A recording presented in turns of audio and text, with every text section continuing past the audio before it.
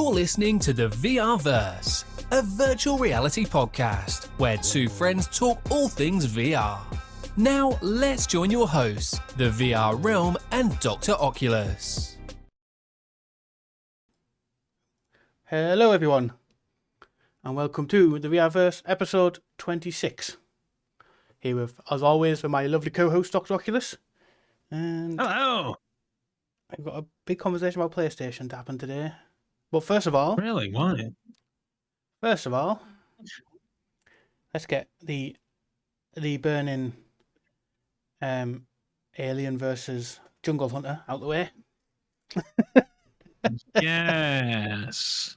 So Doc has had a chance to go and sample an Apple Vision Pro. So I have, yeah. So I was fortunate enough to know a few people in the VR world who have access to this mystical headset. Those of you that don't know about the AVP, the Apple Vision Pro, it is the new Apple headset that has released, but it's not available in the UK. They've gone for like a really soft launch. It's not gone worldwide. So then the end result is that, yeah, it's only gone out to the US. So the person that I went to visit, I don't know whether they'd be comfortable with me outing them on the internet. I mean, they outed themselves, to be fair, but yeah, they flew to New York and New York. They flew to New York and picked up their headset in person in the Apple store in New York. mm-hmm. So they brought it back and was like, do you want to try it? I was like, yeah, I do. So I went down and had a very lovely day. I spent, a battery's worth in the headset, and then the rest of the day just chatting with them. So yeah, it was wonderful for me. Do you have any questions? mainly is like pass through when you're looking through it. Is it? Expect it's better than the Quest. It is, yeah. Yeah. The latency is just astounding, and then on top of that, on the Quest, when you hold your hand up, you can see where it's basically like projected the color onto the image, and then it gets all bobbly around your arm and stuff. Yeah. I didn't see any of that. Yeah, I've noticed. You get like on the Quest, you get like a weird warp effect around your hands, don't you? Ooh, like. Yeah. So, yeah, didn't get any of that. With the Quest, you can pin things to a location in the room. Yeah. But they're never quite pinned. Mm-hmm. If you was to walk out of the room and walk back in, they would be roughly where you left them, but there would be a moment where it tries to figure out where it is and it would dance around a little bit. Yeah. The Apple Vision Pro, none of that. Yeah. At all. The other thing that you notice, so when you put on a Quest for the first time, you put on the Quest and it's just like, I don't recognize this room, even when you've frequently been in that room, no less. Yeah. So I don't recognize this room. Start looking everywhere and mapping the room, and you get the funky little triangles and everything. And it's really cool. Mm-hmm. You turn on the Apple Vision Pro and it's like, yeah, I know this room. Yeah. Instant. You don't have to start scanning around the room and stuff. It's just like, I know. Yep, I'm good. Which was really, really impressive. Yeah, I've seen a video of someone using one in London, and they open a big YouTube video where the London Eye is. So that London Eye with one on, and like they open a YouTube video in front of it, like watching this YouTube video, and then he walks off. They're doing like a vlog of using it in London, and then they walk off, and they get so far away from the London Eye. He's like, I've left my YouTube player all the way back there. Yeah, it is really, really good. For that, like, it is. I don't get me wrong, I feel mildly confident walking around with a Quest. Yeah. The biggest thing with the Quest 3 is that as you're walking around, you know that what you're seeing as in front of your face isn't quite in front of your face. Yeah. There's a gap. Whereas the Vision Pro, I didn't feel that at all. Yeah. The other question, Harry, around it as well is comfort. Because I've heard mixed things. Some people say it's comfortable. Some people say it's not comfortable. Third-party accessories are required. Yeah. I mean, Um, it's the same with the Quest. So, but you don't pay. yeah. You don't pay £3,000 for a Quest, and that's like, No. yeah. So I believe you get the 2 straps with it. You do get the 2 straps with it. I found the knitted straps. That's the one that's just wobbly and just one big thing that goes around the back. That was quite comfortable, and I think that one for media consumption in bed and stuff like that, perfect. Yeah. The dual strap is a bit more what we're kind of used to, where it's one round the bottom and one round the top of the back of the head. Yeah. And that's got metal buckles on it that you stitch tighter with and stuff. So those metal buckles would stick in you if you were laying in bed. Yeah. However, I did find that one a bit more supportive, but I also found getting it in a comfortable position to be a little bit awkward. It definitely spread the weight of the headset much better, but I wanted to sort of pry it apart, and I wanted a hinge near the ears sort of thing so I could angle the headset, but that doesn't exist because that's kind of where it attaches and it's very solid there. Yeah. So I wanted a bit of a hinge on the headset just to make it a bit more fitting, a bit more comfortable, but it's not the end of the world. One thing I've noticed with many people, and I found myself, is that the best way to have the strap ultimately ends up just pinning your ears down or pinning them back or smushing your ears. A lot of people you see with just like flat top ears Yeah. when they're using it, and that's a kind of a requirement of using the head strap as it is. Yeah. But it's one of those things that, like most things with even VR, you put it on and then after a minute or two, you're like, you totally forget. Like you're completely unaware of it. Yeah. And with your, obviously, they said there's there's no latency. Do you find the hand, No. does the hand tracking ever sort of glitch out, like lose tracking or? So, when you're in a quest and you're doing things with hand tracking, you used to bringing your hand up and pinching in front of your face and stuff. Yeah. And you don't need to do that with the Vision Pro, which was kind of disorientating at first. So I'm sat there and I'm putting my hand up, and the owner sat there and laughed at me. It's just like, you are way too used to using a Quest. I was like, what do you mean? He says, put your hand on your lap. I was like, okay. He says, right, now do the pinch gesture. And it worked. Ah, nice. And I was like, okay. He's like, yeah, you're used to using your fingers as a pointer and then pinching to activate it. But it's using your eyes as the pointer. So all you have to do is just leave your hand on your knee and just go boop. And just a quick tap of your finger to thumb and you were picking stuff. Yeah. So that's really useful in that feature.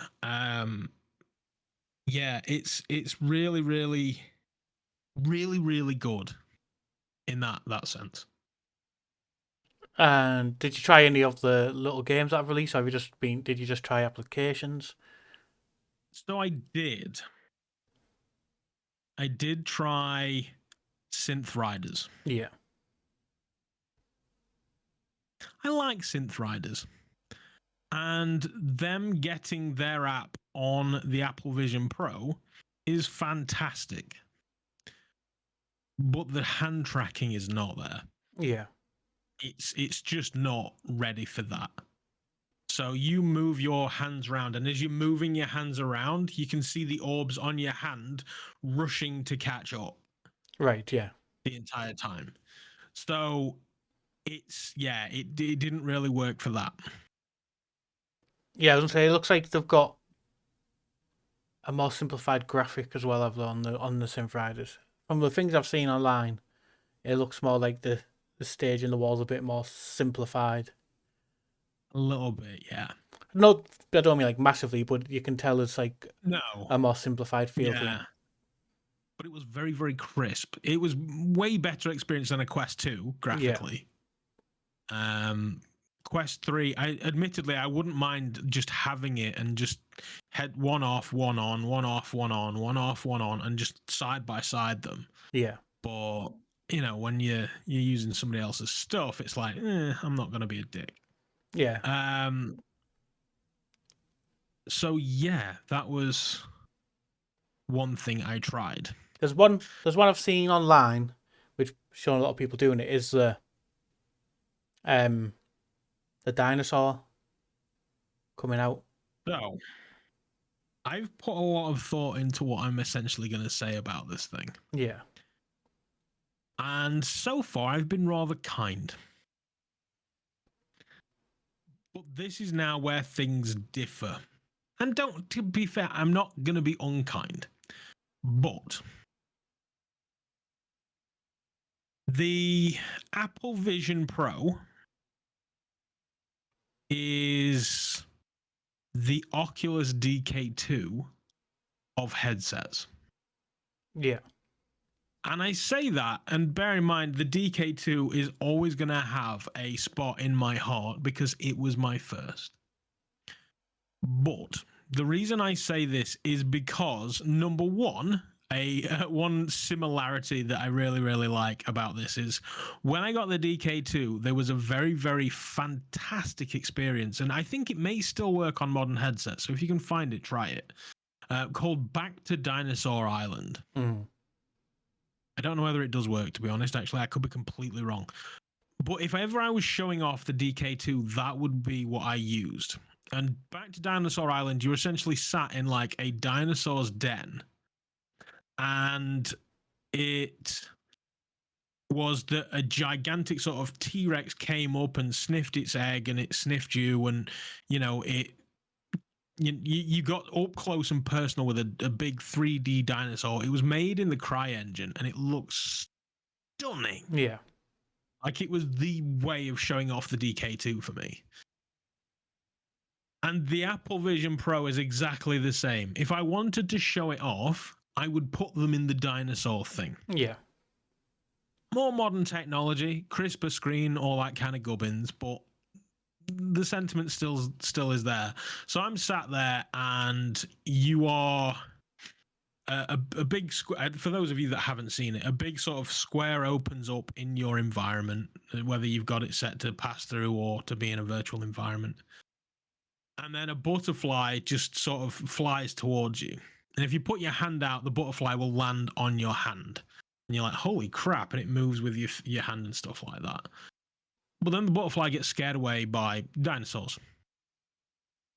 And so you sat there looking at these dinosaurs, and you're like, okay, that is impressive. And then the dinosaur walks towards you, and then your brain says, oh, I've seen this a million times. It gets to the edge of that box, and then it's gonna stop. It's gonna sort of disappear. But then it steps out of the box, and you're like, oh yeah, that's a thing that I can totally do with this thing. And it's walking around, and it is left the confines of the box. Yeah. Which is very kind of weird and disorientating, but yet makes absolute sense when you think about it. So you've left the confines of the box, and then it comes up to you, and then you're just like moving away, and the thing is tracking where you're moving, and it's coming up to you. And I swung at it, and it snapped at me.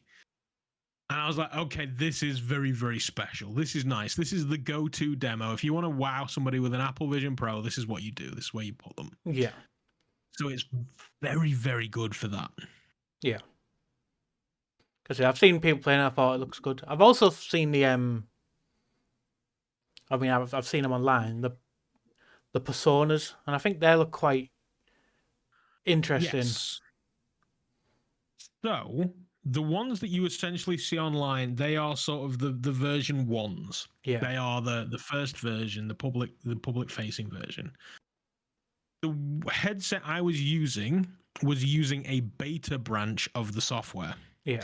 And it had 1.1 personas. Mm-hmm. And that was a lot better than any of the other personas I've seen. Yeah.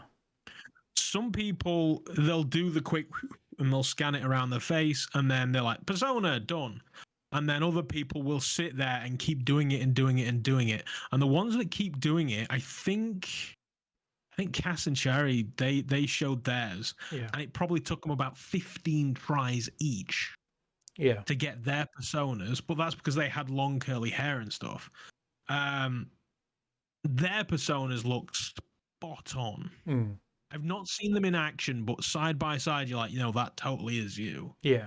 Whereas Mike, the VR Oasis, when you looked at his persona when it was on F Reality, it looked like a tribute band to Mike. Yeah. Didn't quite look right. I think the grins are a little bit Wallace and Gromit on the personas at times. Yeah.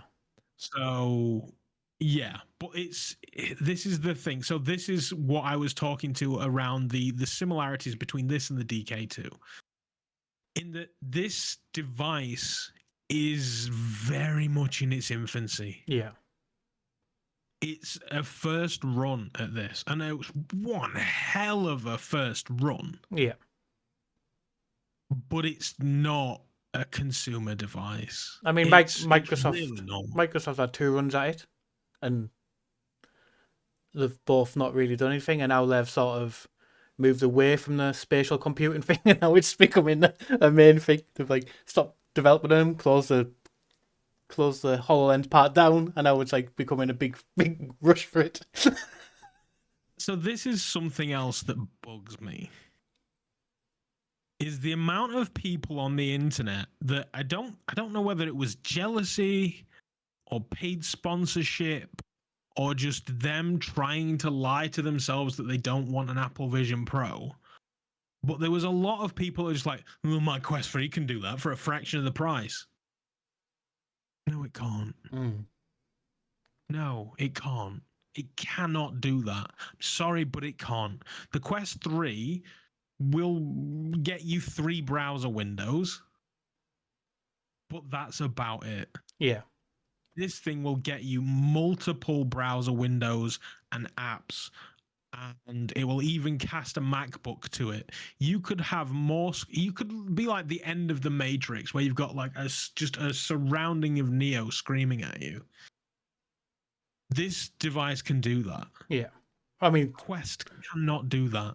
I sadly, Bradley's basically said he's just getting rid of all his everything, and just using the Vision Pro for his screens and stuff. So yeah.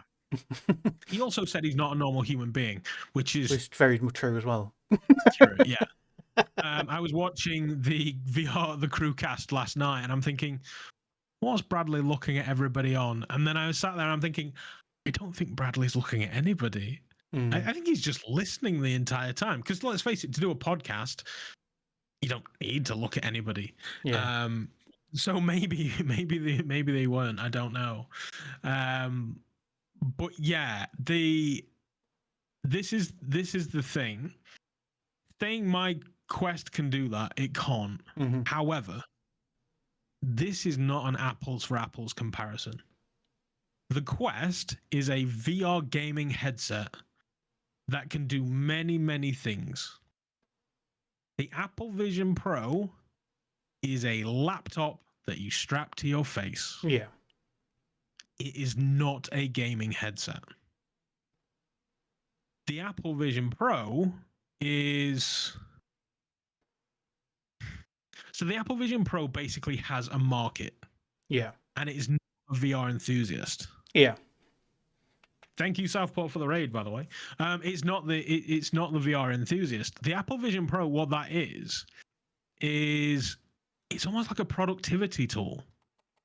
If I was working and I was on the road, if I had the choice between carrying a MacBook and 2 monitors with me or an Apple Vision Pro, I'm going to take the Apple Vision Pro. The Apple Vision Pro, you can have a window over there with your email and one over there with Slack open and one in front of you with the spreadsheet and another one with a browser on and then another one with your Spotify. And you've got all these different tools and you can be productive in the Vision Pro in a very, very small space. Yeah. with little to no real. I mean, I would probably recommend a keyboard and mouse to be productive, but that's it. That's all you can realistically do with an Apple Vision Pro. Yeah. Once you finish doing that, it stops being your PC and then it becomes a cinema for the evening. So if I'm a guy who works on the road, if I'm a business type or whatever, the Apple Vision Pro is absolutely for you. You get massive productivity with minimum carry space. Yeah. But if I want to play anything virtual reality, I'm going for a Quest. Yeah. It is not the same device. It is not apples for apples. So I think I'd have more FOMO about the Apple Vision Pro if it wasn't another ecosystem I had to buy into, because I mean, I've got an iPad. I think it's the only thing I prefer that they do is the iPad. I'm not a fan of the phones. I think they do the best tablets. Because you have an iPad, what part of the ecosystem would you need to buy into? I think more just I'm gonna have to obviously buy apps for that, aren't I? Really, where They're iPad apps. because Most of the apps that's on it are just iPad apps. it's a really old iPad as well, though. Like I think it's a Generation 2 iPad. I've never updated it. Oh yeah, Yeah. No, I had one of those. Yeah. So then that's essentially my thought of this. Now, ask me the big question. The big question: is it worth the price? Is that the question you're looking for? Yeah. Is it worth it? If I had $3,500, would I buy it? Mm-hmm. If I am the guy who is on the road and I need to be productive, no. Mm-hmm. No, I don't. Because from what my first thought was, look, if I wanted a MacBook, and I wanted to be out and about and traveling with this MacBook, and I went into Apple, I would totally understand buying an Apple Vision Pro. Yeah. But when you look at it, the chip that's in the Apple Vision Pro, the MacBook equivalent is less than a third of the price. It's about $1,000. Yeah. So then you can spend $1,000 on your MacBook Pro. You've then got $2,500 to buy an iPad, an iPhone, a Quest, and anything else you want. You've still got the money to just buy a bunch of other stuff that can do. Like it's the chip that's in it is the equivalent of either the iPad Pro or the MacBook Pro. It's the same chip. Yeah. That's powering it. So on paper, your iPad or your MacBook will do the same job. Yeah. And I think the thing is as well, which hinders that as well, is they make the MacBooks Pro to be so lightweight. So it's not like it's any lighter than carrying this headset around, and any heavier. They're very tough and very lightweight. Yeah. You could chuck that in a backpack very easily. Yeah. And then media consumption, you can either use the Quest. In fact, do you know what I'd do actually? I would buy the Quest, the iPad, the X-Real Air 2s, and a MacBook Pro, and I would still have change. Yeah. So yeah, that's basically. Oh, and an iPhone. I'd buy an iPhone as well. Screw it. I'd rather have all of those gadgets than the one Apple Vision Pro. Yeah. Now there is one thing. The Apple Vision Pro will record spatial video. I didn't try that. I wouldn't mind it, but it also wouldn't shock me because you can essentially mount a pair of recording eyes to your face if a certain black and orange website didn't have a category for spatial video in the very near future. Yeah, I imagine so. Yeah. Yeah. So, yeah, I absolutely would. But I would much rather just have all of those gadgets than the one Apple Vision Pro. Yeah. It's a thing of beauty, don't get me wrong. And if somebody said, look, I've got an Apple Vision Pro, do you want it? 1,500 quid. I would have it just to have it. Yeah. See, I paid like I paid 1,500 for HoloLens, Yeah. the first HoloLens. I know they're about to die on their ass, but the Magic Leap is on eBay for like £100. Considers they can't be going up much now, can they? I'm so tempted. They're shutting the service down in like a couple of months, right? Yeah. So I don't think they're even going to work. But I'm just so tempted to get one for the collection, so I can, mount it up there. Yeah. Yeah, I'm so tempted by them. But I also keep hovering over the Microsoft, the HoloLens as well. I'm a hoarder. I'm a hoarder, and I'm stuck. Yeah. The HoloLens, like, oh god, it's having that tiny little. I don't know if it was 45 or 50-degree field of view where you just had this tiny little square. It was a little postage stamp, wasn't it? It wasn't Yeah. massive. It was impressive for what it was. It's definitely well ahead of its time. It was, what, 4 or 5 years ago, the first HoloLens? In fact, I had one at my wedding, so that was 2017. So they Yeah. were definitely about then. So yeah, that's a big, huge leap for mankind. And Apple have done the same thing again. And one thing I love about Apple is that, yes, it's now you currently have to strap a battery to your ass, but soon that's going to be a processor or a processor that's interchangeable. Yeah. Then you just keep the optics and you just swap out the brains. Yeah. And before we know it, we're going to be walking around with the like of the X-Real Air, but with a supercomputer in our pockets. That's going to be awesome. Yeah. So they're going to do good things for both the spatial computing, and this is why they've never referred to it as a VR or an AR headset. It's a spatial computer because it's a computer that you can use in a space. It's actually very aptly named. Yeah. But it's not a VR headset, and a Quest is not a spatial computer. Fuck off if you think it is. It's not. Yeah. I don't want to see any more of this. My Quest 3 can do it. Fuck off. No, it can't. Yeah, I got I was quite lucky with HoloLens because I got it off eBay off a company that it basically just got this HoloLens for a presentation at some other business to try and get investors, and then they just got rid of that. They wanted to get rid of the HoloLens, so it was on there for like, but I think buying it now was like 1,700 something. I said on the year's offer, so I just messaged them said 1,500, and they said yeah.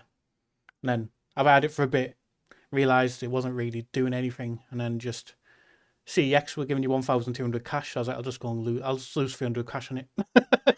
I'll just have this on the side. I'm never gonna use. That's fair. Yeah. So. So yeah, that was my experience with the Apple Vision Pro. I very much enjoyed it, and as I say, if you got the time or whatever, then totally give one a bash. Yeah. When they come to the UK, head to an Apple store, give one a go for sure. Yeah. But I would never pay more than 1,500 quid for it. Yeah. Then outside of this, before we go on to the main subject, have you been playing anything as well over the last month? Anything that you wanna? What haven't I been playing? The Dot Line, is it called? The Retropolis puzzle game? Yeah. The Charming as all hell. Love it. It's free. Download it. Play it. It's brilliant. I love that game. Mm-hmm. What else have I been playing? Power Wash got more DLC. Very much been enjoying that one.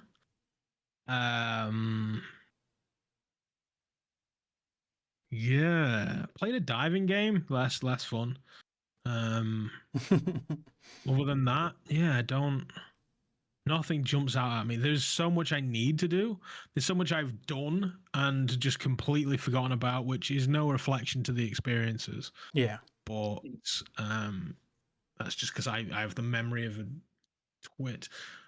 So yeah, I don't want to steal your thunder and mention what I think you're going to say. So what have you been playing? Well, I've been into, like you, I've been into Power Wash. It's the first time I've been back in it since it got I haven't even been in for the Quest 3 update, so I've now seen all like the now you get like running water effect when you're cleaning and stuff. And I was like, oh my god, this is like it's a lot better now than it was when it first came out. Visually, like the just little touches I put in with the Quest 3 updates. So yeah, free download content has to be taken. Yeah. Also played Buckingham Files. Border Bots. I saw that. That's a bit sort of Papers, Pleasey. Job Simulator, Papers, Please. It's a bit, yeah. Yeah. That's fun. Enjoyed it? I enjoyed it. Yeah, I played some on stream. It's got good humour in it. I mean, Team 17 have published it, so you expect it's going to have some sort of humour to it. They seem to take on humorous games, anything when they're publishing. Like my main issue is it's like the mechanics now feel a bit old. It's like early VR stuff still stood in one spot, just stamping stuff or things like that. But it still does a very good job doing what it needs to do for the idea. Some nice little touches like 3D printing models of the robots that you're going to be checking, so you can see if the match. There's a lot of checks you have to do, and it gets interesting. Obviously your time, so it keeps you busy. But the main one I've been back into, and I've streamed many hours off since it's got its patch, is the Foglands. Spent a lot of time in the Foglands. Now they fixed a bunch of the things I had problems with, and well, I mean, fixed. They've certainly changed a good few things. One of the things I had problems with is the fact that I had to constantly grip, and on the PSVR it broke my hands. I think they fixed that for the.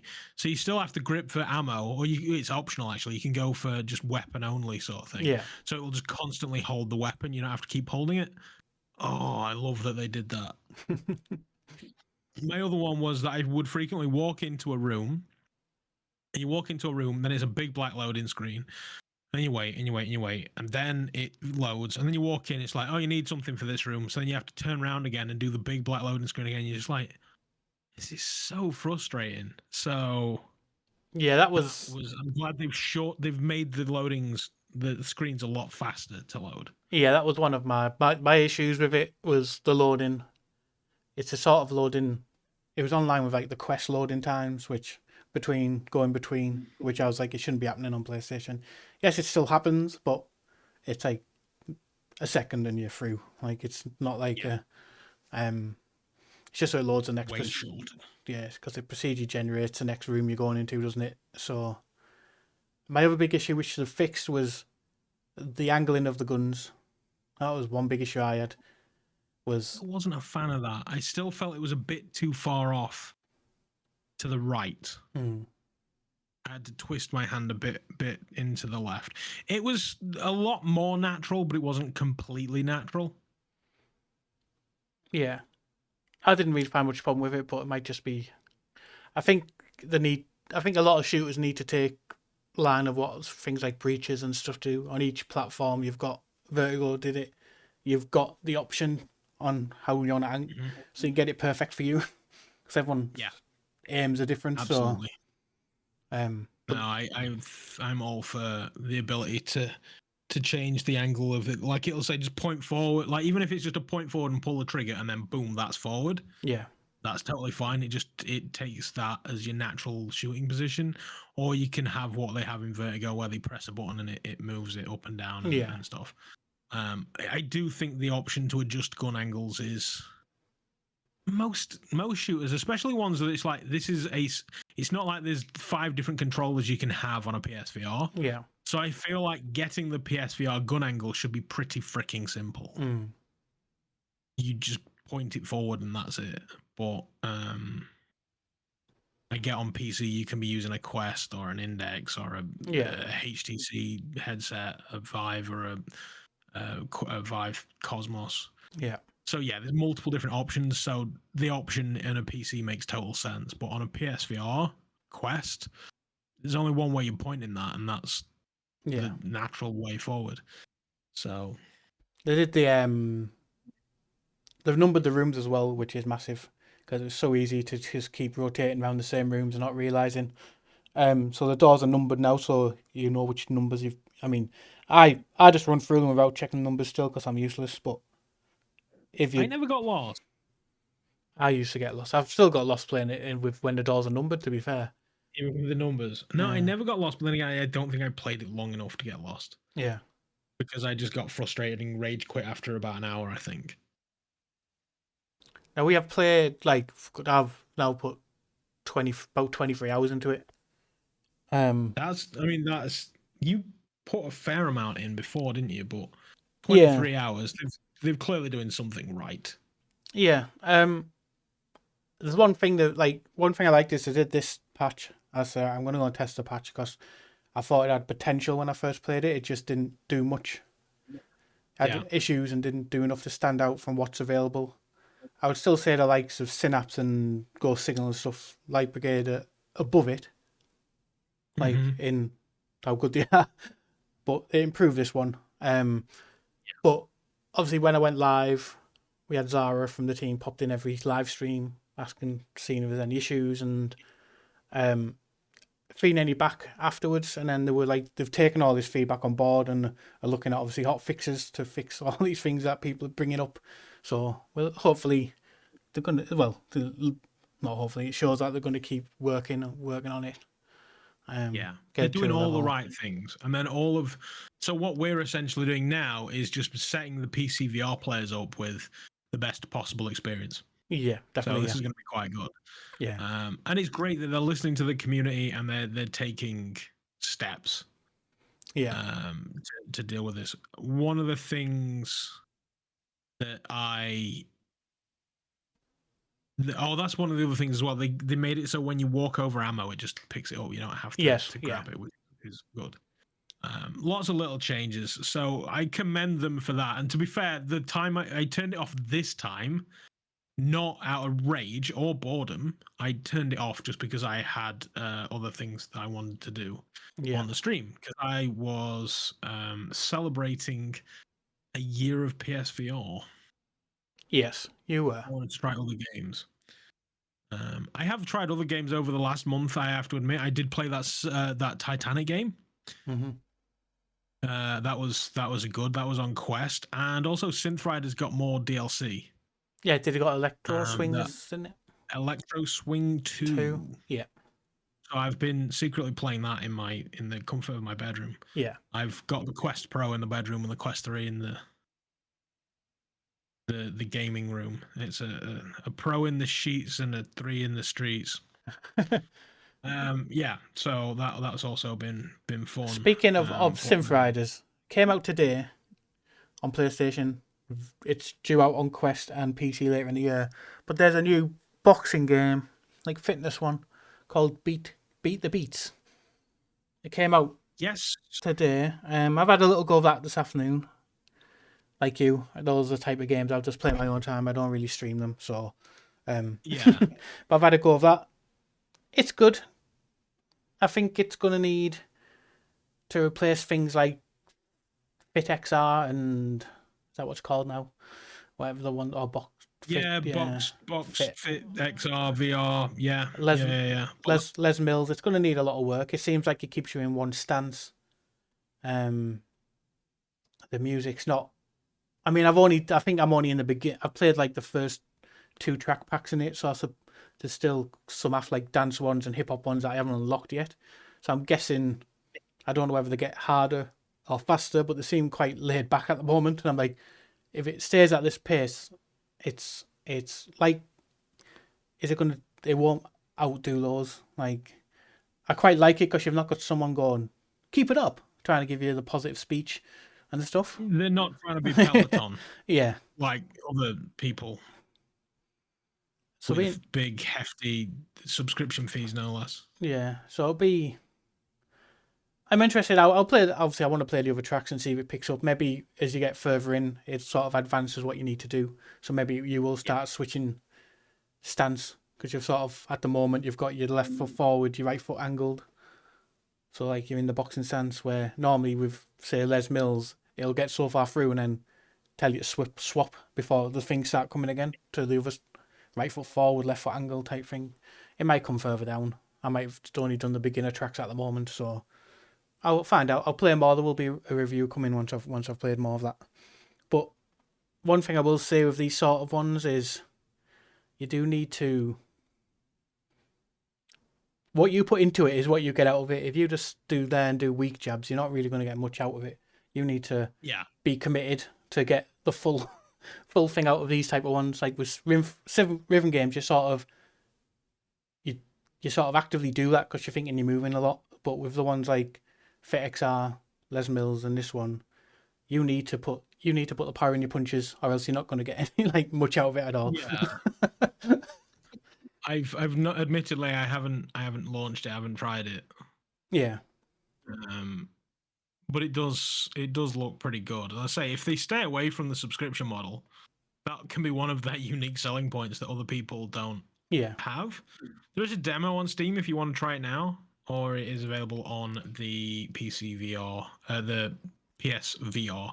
Yeah, 2 at the moment. Yeah, $20. I think depends how much you're going to get of it. Like there's, I don't know if I need to play all of the songs in the standard mode first, because like there's daily challenges, and then there's one called the Vortex where things are meant to come faster and stuff. It's a different mode to the arcade mode, but those are still locked at the moment. So I don't know if you have to finish all the songs in arcade mode to then unlock the daily challenge. Or what it does, it tells you, like obviously to put a bit of competition in it. When you hover over the daily challenge, it'll say previous day's winner. So whoever gets top of the scoreboard will get their name on the bottom, like on the previous day's winner on the daily challenge when you hover over it. I suppose it brings the competition in there. Yeah. 35 hand-picked tracks from different electronic music genres, over 60 plus levels. Unlock new genres and B-sides and keep things fresh with daily mixes. I think I've done about 12 tracks at the moment, I think. Today, just to see what it was like. And I like the quite simple design to the stages. The stages don't distract you. Distract or detract. Yeah, it's just like a nice white room. When you hit stuff, it sort of sends a ripple across the floor, basically. And it's quite simple and fits nice. Yeah, I would rather them do something simple like that and than something a bit elaborate but kind of just look like an asset dump from Unity. I think that's a little better. So if you're looking for a fitness game, something different to what's already out there, just keep an eye on that one. Like I said, we've got PlayStation VR2, it's out now. If you don't, it's come to Steam and Quest some point in 2024, they said in the email. Think of a date, just said in 2024. Yeah. And then the Steam website literally just says coming soon. So yeah. But there's demo. Try the demo. Mm-hmm. Let them know what you think. So, as you mentioned, your stream earlier in the week was to celebrate the 1-year anniversary. Jesus Christ. I'm flying ahead to the future. Forever, right? Flying ahead to the future. You've always wanted. Yeah. So, year 1 of PlayStation, we've hit the anniversary. I'm going to start this Wednesday, Thursday? When was it? Yeah, I think it was Wednesday or Thursday last week. 23rd, I think. Dates! I'm terrible. If I miss your birthday, I'm sorry. So let's start off with a bit of a downer first, which has come out today, which is in relation to there's stuff in there in relation to PlayStation VR. It's come so close with the anniversary. Some people have Sony been hit with layoffs, so I just hope they get a move on and find jobs quickly. From that, we've seen London studios completely close, who brought us Blood and Truth, PSVR Worlds, and things like that in the past, which there's 2 things I was hoping would eventually come. We would either get a remaster, because the PlayStation VR Worlds was perfect for the introduction, giving people different things to try. Like, it was basically like a mini demo disc, really, wasn't it, of different experiences? It absolutely was, yeah. That the Street Luge was an absolute failure and a travesty, and I hated that. Yeah. But the Shark Cage was pretty dope. London Heist was good, which then obviously spawned Blood and Truth, which I was hoping we might get a Blood and Truth 2 or remaster of Blood and Truth with great. full locomotion rather than point and click where you want to go type thing. Not too bad with like Dead Second. I played that recently, and I kind of dig the whole just like the time crisis, move to this, shoot people, move to that, shoot people. Yeah, I didn't entirely hate that. I think it would have suited London, Blood and Truth to actually be able to walk around. Or It'd have been a bit like Sierra Squad, yeah, which is I think yeah, still have you could have left the chase scenes in where you basically you just control your shooting, and you could have left those sort of action scenes in and just give you control of shooting when they're on. But I think for the parts where you were trying to take people out, I suppose it did, like it's with Time Crisis, it did depend on a lot of cover loading. That you always moved to a cover, didn't you? And then I suppose if it wasn't like that, you would constantly be crouching down. In real, like I don't probably use my knees in VR, man. Yeah. There's a chance I won't go get back up. Yeah. And obviously although they did a fantastic job of calling them out, and some of the team at Firesprite have been reduced as part of it as well. Mhm. But they're all very talented people. I'm just hope you all get in the job quickly, if you find a job. I mean, Yeah, I think GT put a tweet out saying Meta should be talking with all the staff from London studios and getting them to do something, getting more in their team to do something. he absolutely should. Because it's a very talented team, for sure. Yeah, it seems to be somewhat industry wide at the minute. Yeah, it's not just Sony. There's Microsoft dropping people off, and everyone is on there. You've seen a lot of studios. Supermassive Games, people behind the Rush of Blood and Switchback, they've had to downsize. It seems.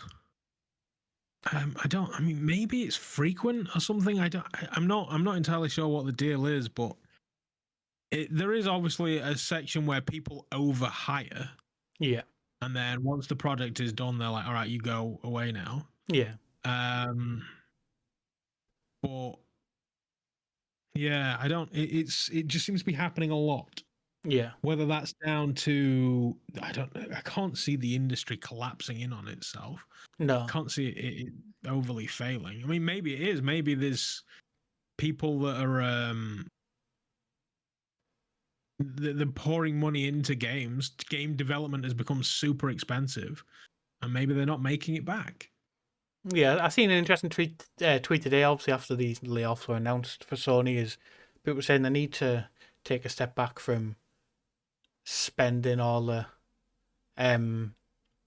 billions of pounds like they do on the Spider-Mans and stuff, and look at making things like the guy who put the tweet out has said Concrete Genie was fantastic, artistic, a small internal studio made it, like low budget, and it was absolutely fantastic. I know they need to make these big name games, but maybe that's why Sony have stepped away and said we're probably not going to see any big first party exclusives until 2025 or whatever it is, because maybe they're realizing we need to take a step back from these £1 billion games. Possibly. It's not everybody can be Rockstar Games. No. You can't spend $1 billion and make 6. No. I actually listened to someone made a video on it. I like to listen to I think it's what culture gaming on YouTube, like watching their content, and they were talking about saying it seems like with the likes of Spider-Man and things like this. I mean, I'm just concentrating on Sony because of what they've said today. Like I said, there's been many other places. Are they expecting lockdown sales when everyone? That's what people were doing because they couldn't leave the house. Now it's gone. More people, maybe they're not getting as many sales as they would have if it was in lockdown. And they think, well, all these massive sales, we made this much money in the lockdown for this Spider-Man. Next Spider-Man will go massive because they're expecting to sell the same type of things, and maybe they're not because people are not stuck in the houses anymore. I don't know. I've not bought the new Spider-Man. Is the fact that game development has become a very expensive thing, and so in older generations, the retail, like the high price retail games were £45-50. Yeah. Whereas now it's 70. And people are like, I haven't got 70 quid to spend on one video game. Yeah. I'll just wait and buy it used or when it comes down in 6 months' time. I think that's the problem, as well. Obviously, the more they're spending, the more they're gonna have to start charging for games to hit even. And like you said, 70s people look at it and go, well, no, not a chance. So imagine now if they're like, oh, it needs to now be 80 to cover it. Everyone is like, yeah, what? So a year ago when I bought my PSVR, I paid 70 quid for Call of the Mountain. Mm. I paid that just because it's the cost of doing business. If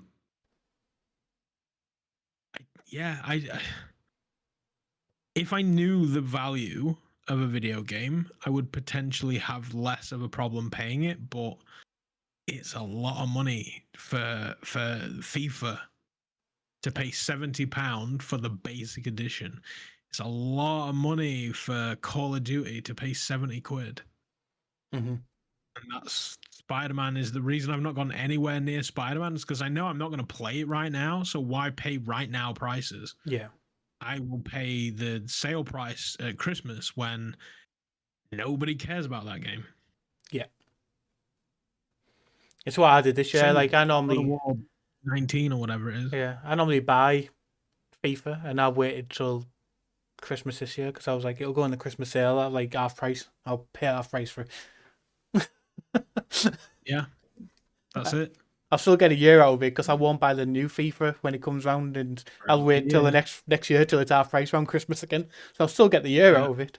I'll just that's it. It's not pay the prices. It's an expensive business. It is a very expensive business. Mm-hmm. And we've got VR where a lot of the games do come out at low. A lot of them, not all of them, of course, but a lot of them come out at low cost because a lot of them are pushed by indie developers. Yeah. The Call of the Mountain is definitely the most expensive VR game. Actually, that might not be true. The most expensive VR game might be Sam & Max. This time it's virtual. I think that was $99. But yeah. Was that like a special? That was what? Yeah, limited run games. Gonna say, yeah. I could probably bring that on eBay for twice the price right now anyway, so it's fine. I kind of don't want it, to be fair. I ordered it, then played it, and then I was like, I kind of don't like this game. Yeah. I've got it. It's fine. I'm trying to show the world that spending money on VR is worth it by single-handedly spending every penny I have on VR. Yeah. I would spend it on a Moss game as well. Yeah. Now the next, speaking of games, there's one thing I want to touch on, which I think it gets harshly criticised for after its first year, and I think it's easy for people like us to look at it in one way, and other people look at it another way. Like people like us who've been involved in VR for so long, we're going to turn around and say it doesn't have many games, but that's because we've played them all, and I think it gets so much hate in videos. A lot of these 1 year's videos that people have made and released, the game library's not good enough, but it's only because you've played those games. Like I know people like I'm on the Cross Button VR's podcast, Discord, and they started that branch of their podcast because they all got into VR with the PlayStation VR2, so they're playing stuff like After the Fall for the first time, and they've got 200 odd. They've got 200 odd games. Well, I think there's about 200 listed. Some are not out yet, but at least 150 games they've probably never played before. And like, then you have other people online going, "Oh, they haven't got enough games." And like, but that's because you've played them all before on a different platform. It's the amount of VR games available for PSVR2 astronomical, and they are so. I could probably count on maybe two hands the amount of bad games versus the amount of good games. There are not enough hands in this podcast and chat combined. There's just not enough. Yeah. There's so many great games and experiences. Yeah.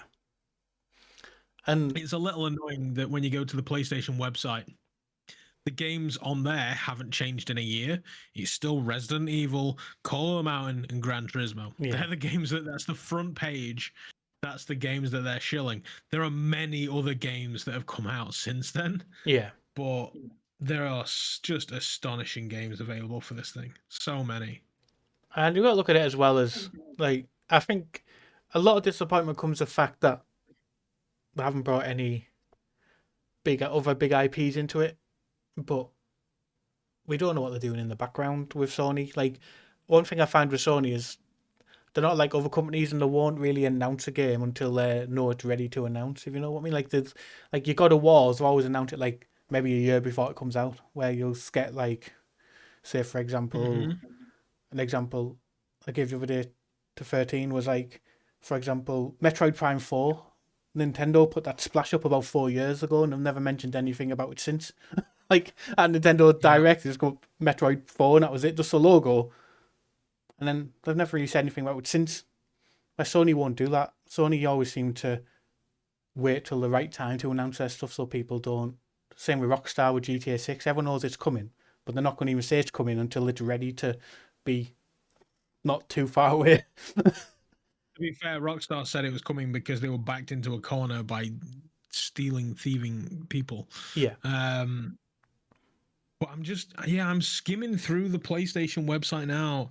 There's so many great games on here. I could go for hours about just the great games that are available for this thing. And that, Some of them even exclusive. yeah, personally, I find as well some of the cross-platform games are the best versions on the PlayStation VR. Absolutely. I've had this conversation with a developer today, no less. Mm-hmm. They were like, "Oh yeah, you've requested the Steam key for this game of ours, but a PSVR key for the other one. Like, was that a which platform do you prefer?" And I was like, "Well, the PSVR is the best one, but I've requested Steam because it's highly likely I'm going to be able to get a multiplayer game with friends on Steam than I am on PSVR. I have more friends in Steam than I do PlayStation." Yeah. So because it was a multiplayer game, I was like, I want that one on Steam, but I would much rather have it on PSVR. If they said it was cross-platform, I'd be like, well, then give me PSVR. Yeah.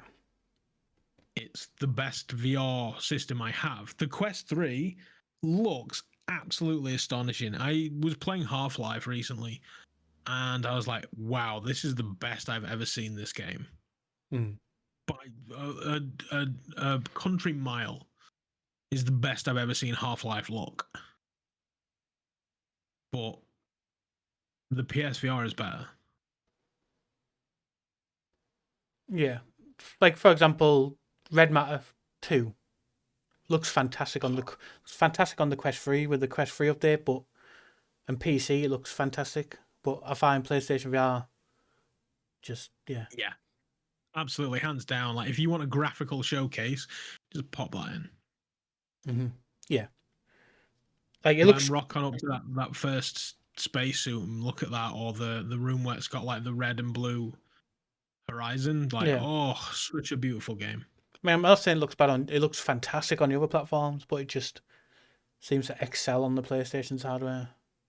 I think the OLED screen is, yeah, it really pops. Yeah. All of the colors, the blacks, everything just lovely. With the HDR on it as well. In them. Yeah. It just looks like for me, since it's come out, it's probably been one of my most used headsets. Like yourself, if I get offered a game, I'm like, PlayStation available, I'm going to take PlayStation because I just like the hardware. Mm-hmm. It's so PlayStation definitely became my go-to choice, my daily driver type headset for the longest time, up until at least, late October. Yeah. But then the new Sexy came and people wanted to watch everything in the Quest 3, so I would take stuff in the Quest. And I do very much still enjoy the Quest, and comfort and ease of use. The Quest is a little bit better. It's better for comfort. I could stream Definitely. I can stream without having to have a lav mic on for PC games on a Quest. Yeah. It can just cast the microphone off back to the PC, and that's nice and easy and fine. So I do like that feature, but if I want a good graphical experience, I'm going for the PSVR every time. Yeah. I recently was asked about Hubris, Hubris. and they were like, "Oh yeah, where do you want to play it?" And I was like, "PlayStation." Yeah. I've got a PC, and I played your alpha on the PC, and it looked brilliant. But I want it on PlayStation. Yeah, PlayStation, yeah. I think PlayStation. I've played the full game on PC and PlayStation. And I think PlayStation Yeah. again. More for, like I said, I think it's the OLED and the HDR and stuff helps everything look, the colours right and things out from the mess about with things. Yeah, absolutely. It's an astonishing headset. Which, I mean, talking about the ease of use and playing PC games on the Quest. Interesting announcement from Sony. Yeah. Very vague. Very vague. They haven't sort of cemented it's I've- happening either. They've sort of said they're testing. Yes. I would love to think that Sony are going to make a USB breakout box, and it's going to connect directly to our PCs, and the beauty. Mhm. Like, honest, the amount of people that would box up an Index and buy a PSVR2 if they could connect it to a PC. They wouldn't even consider buying a PlayStation, but they would definitely have one Yeah, for a PC VR headset. definitely, yeah. But No.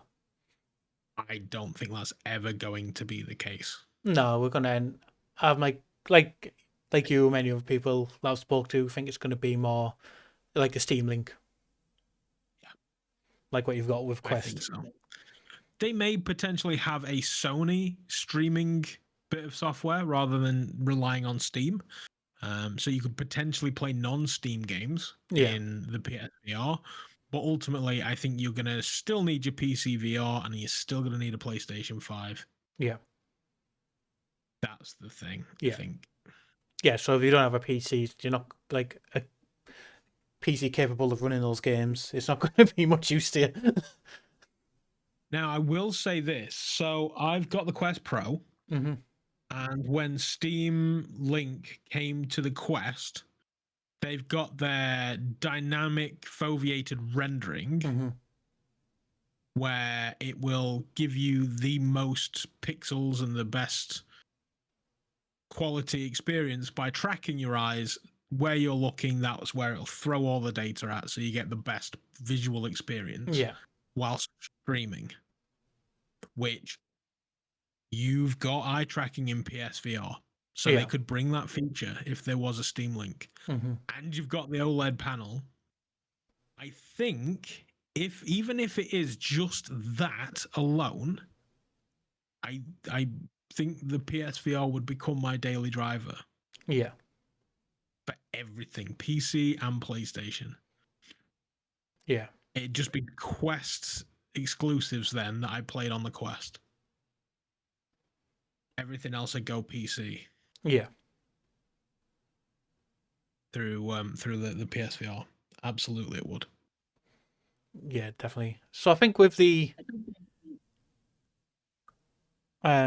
first year of it, I've been very impressed with what they've done in relations to the games they've managed to bring over when they have. I know there've been delays on some, and some haven't performed as well as they have on, say, the PC. But I think they've brought the right games over to give it a wide target audience. They've brought some fantastic exclusives, like the Resident Evil 4, the most recent one.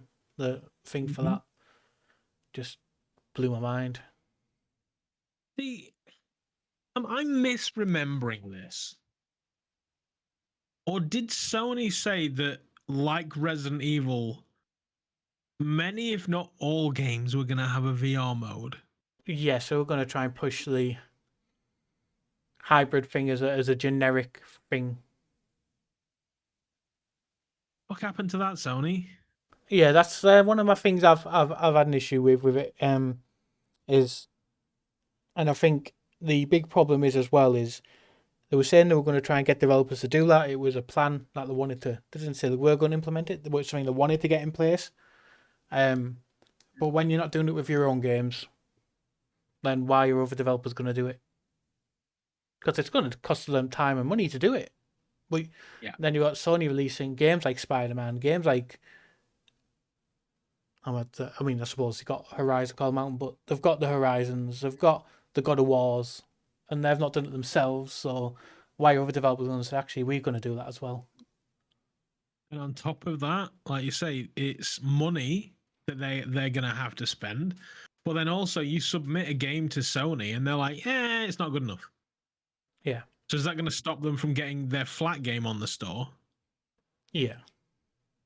It's no good to them. Why waste the time for just heartache and problems when you could very easily just make a game without it?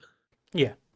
You're not going to gain a lot from that's the other thing. If Sony turned around to them and said, look, we've sold 50 million of these things, you are going to generate revenue by making this in your game.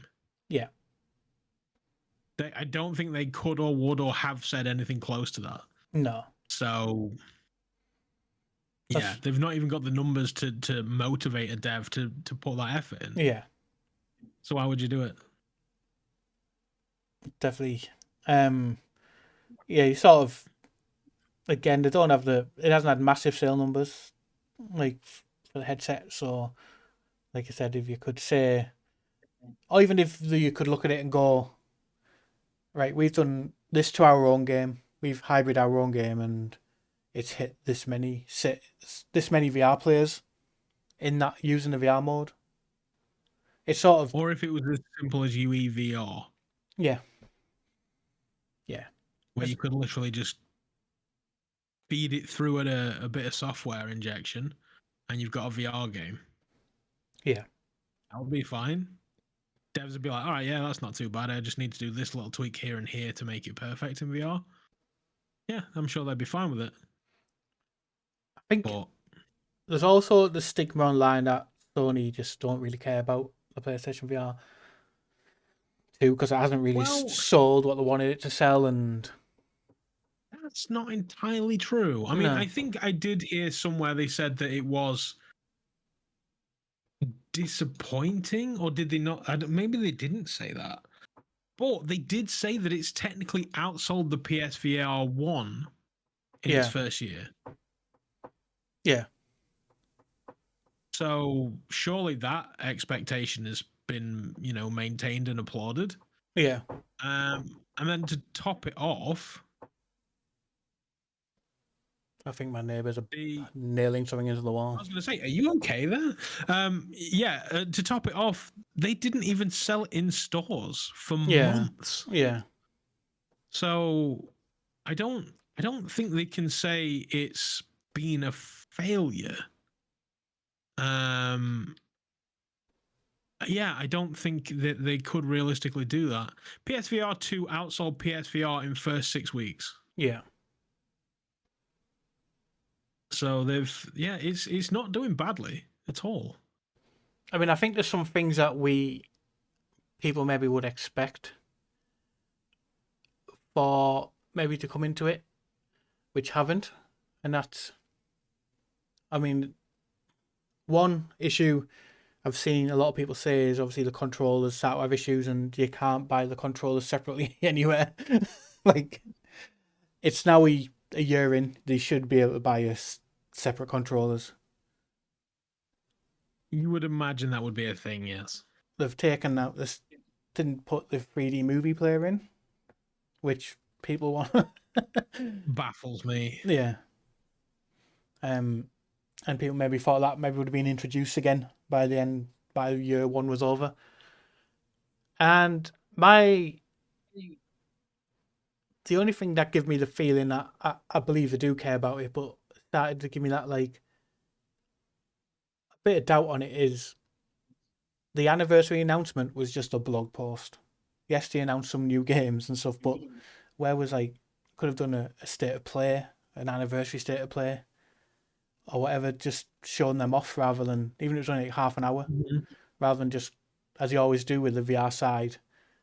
I've put a couple of trailers in a state of play that's got full of loads of flat screen or blog posts is what they normally do. Yeah. Yeah. They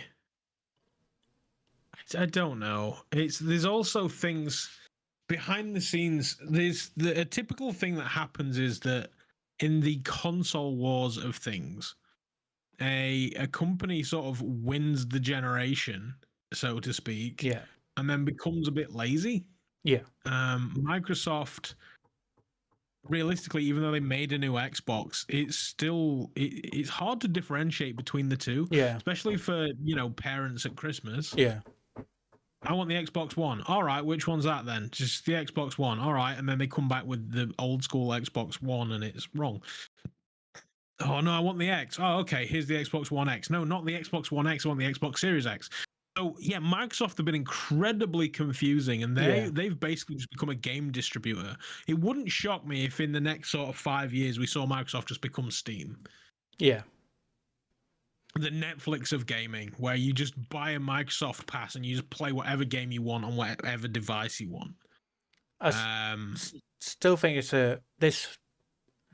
We're going to publish a few games on other platforms. I think this is a test. If they sell massively, like say Sea of Thieves sells massively on PlayStation, then they'll look at thinking, well, actually it's worth us putting our games on there. Put a tester out, see what they sell like. If they sell really well, what's to stop them saying, actually, we'll just put everything over there? I would be really curious to see if PlayStation owners bought Forza. Because they've always been like, we've got our Gran Turismo with our superior. Yeah. Yeah, but Forza. You can play Forza Horizon on a PlayStation. They'd be like, yeah, all right, I'll totally buy that. I really do.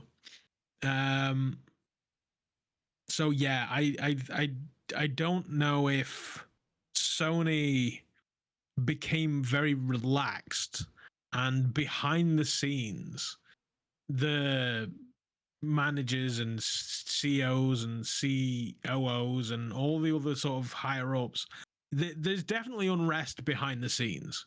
Yeah. Because you hear about people being like sacked or quitting and stuff at Sony, and the people that have taken over are a bit more different about the way they address things. Yeah. So maybe that there is a bit of that as well. Yeah, they got Also- the likes of like Jim Ryan and stuff leaving, haven't you, and people coming in, and then are they only temporarily Yeah. coming in? So they're sort of in a position where they don't know where they're going as a company internally to make a big push on anything, really. And the other thing that you get about Sony is that they are Eastern. Mm-hmm. It's Sony Japan. Yeah. And they can be very, very quiet. Yeah. If something is not as good as the person above them wants it to be. Yeah. Even though the rest of the world be like, that's pretty damn great. Yeah, they wouldn't. They don't scream out about an internal, what they deem to be internally a failure, even if it is a success to the rest of the world. Yeah. So there could be all kinds of different reasons as to why we don't know this. The biggest and most logical reason is it's not what they wanted it to be. But Yeah. that is absolutely very much their fault. Yeah. In a big bad way. Like, what did they do to promote the PSVR? Really? Yeah. Look at Ozzy Osbourne to do an advert. That was. Yeah. They got Ozzy Osbourne to do an advert. They sent a bunch of people that have nothing to do with VR, don't care about VR, fucking Pokeballs with PSVRs in them. Yeah. And then they went, oh yeah, that's pretty cool. And then pissed and moaned about how it's got no games for the next year. Yeah. Yeah, it's a fantastic headset. And if you were not in the VR space, you could entertain yourself for days, weeks, months. If you are in the VR space, you can still very much entertain yourself Yeah, in a big bad way. definitely. I don't think it's like I said. That's the only thing that makes me think at times I don't care about is the fact they don't really push much. They don't advertise it much. They don't really give it much time at state of plays. They then release a blog post and don't really like push the blog post. They just most people find it. They don't really like promote it themselves, and it's just like At the last state of play, I remember watching that and being like, all right, ooh, yeah. But the reality of it is, it was, ooh, yeah, can I buy it on a PC? And the answer was, yeah, I can. yeah, So then it was like, okay, well, they announced it at Sony. Well done, you announced it. But then I'm gonna go and play it on a PC, yeah. probably. That Metro looks dope. It does. It does. And I would buy that on the PlayStation because it's gonna look fantastic. Yep. Probably. It's Vertigo. Vertigo. They don't normally let us down. Yeah. So yes, it's a very interesting console for sure. What's been your right? You've not heard any of these questions before. Yep. So I'm going to ask you the question, and I want an instant answer. What's the game you regret buying? Just Acquiring? acquiring. Arashi Castle of Sin. Fair. Not played it, but that's because I played the first one, and I could not imagine it got any better. From what I understand, it didn't. Either that, or Kill It With Fire. Really? Yeah.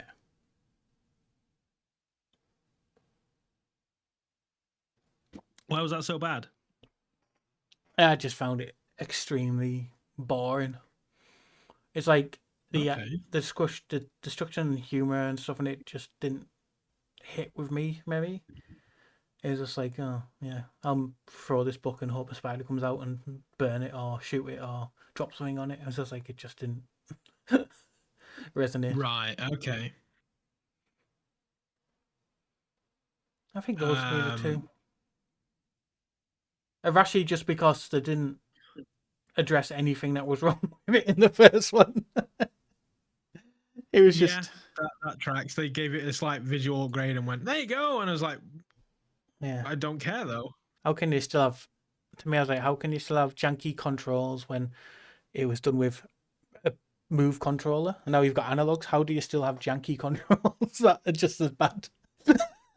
Like it just seemed like I was really excited because obviously Skydance were helping with it and stuff, and I thought, yes, Walking Dead, Saints and Sinners, yes. And then I was like, played it, and I was like, God, I struggled.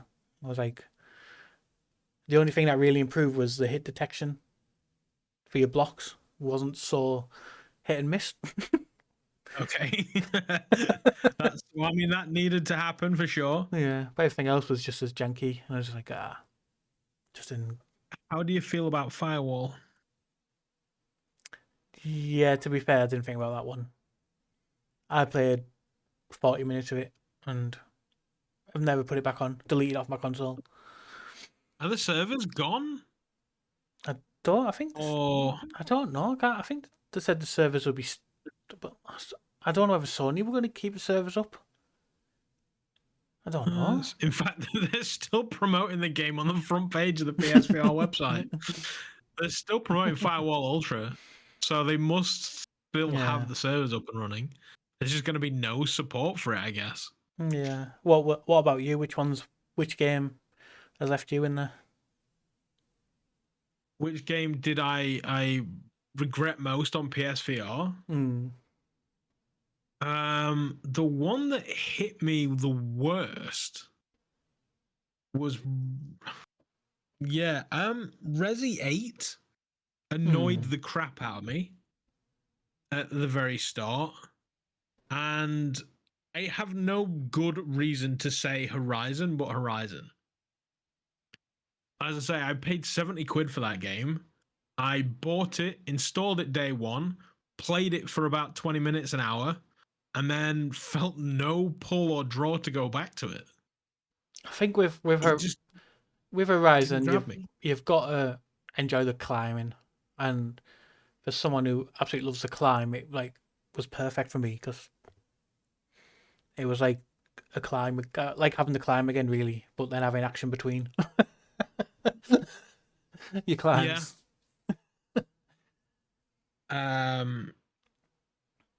Arizona Sunshine was a bit of a disappointment. I really enjoyed Arizona Sunshine too. I wanted it to look better in the PSVR than it did, Mm. but that's a me problem, I think.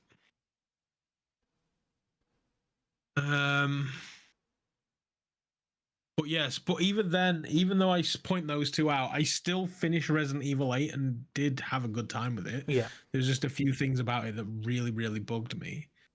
And then Horizon, it's just I'm getting back to it. I started playing it again the weekend recently. Anyway, I started playing it again, and it's not a terrible game. It's not a bad game.